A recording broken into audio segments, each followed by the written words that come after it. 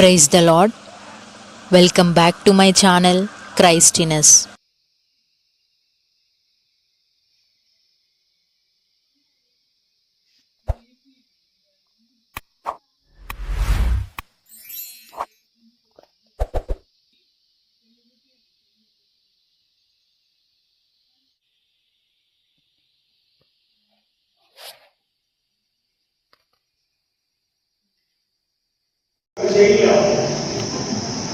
తల్లిగారు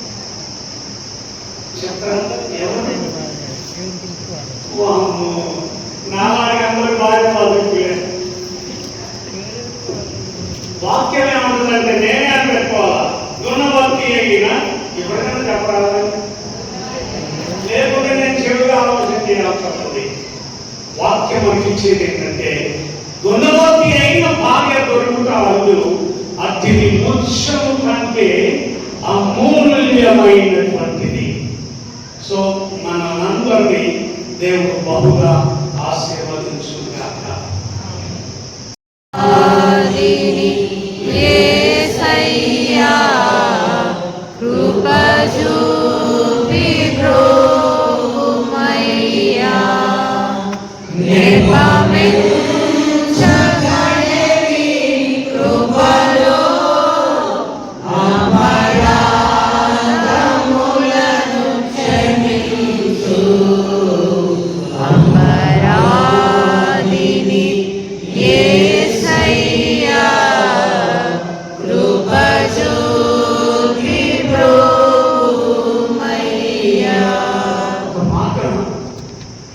పాతకు పైన ఒక చిన్న వచనం ఉంటుంది.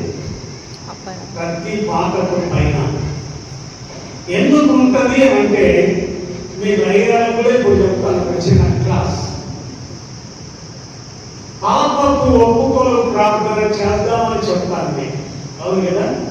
ఎవరెత్తాలో ప్రార్థన మీకు తెలియదు లేదు. ఐదుగారు అడుగుతాను, ఎవరెత్తాలో అది? మీ అందరికీ నమస్కారం. అంటే పైన ఉన్న బిషప్ గారు కాదు అయితే నేను మోకరించి విజ్ఞాపన చేసుకుని అక్కడికి వస్తాను. పాపకు ఒప్పుకోలు ప్రార్థన అయ్యగారు స్టార్ట్ చేస్తే సంఘం దానిని అనుసరించాలి. అంటే క్రమం. ఆ ఆరాధన పుస్తకంలో ప్రతి దానికి పైన ఒక చిన్న వాక్యం రాశాడు ఆనందరావు సంఘం తండ్రి గారు. అది చేస్తే దైవికమైన స్వస్థత అనేది ఆయన పొందిన దెబ్బల చేత మనకు స్వస్థత కలుగుతూ ఉంది. ఉదయకాలం దేవుని పాదాల దగ్గర కూర్చున్నా.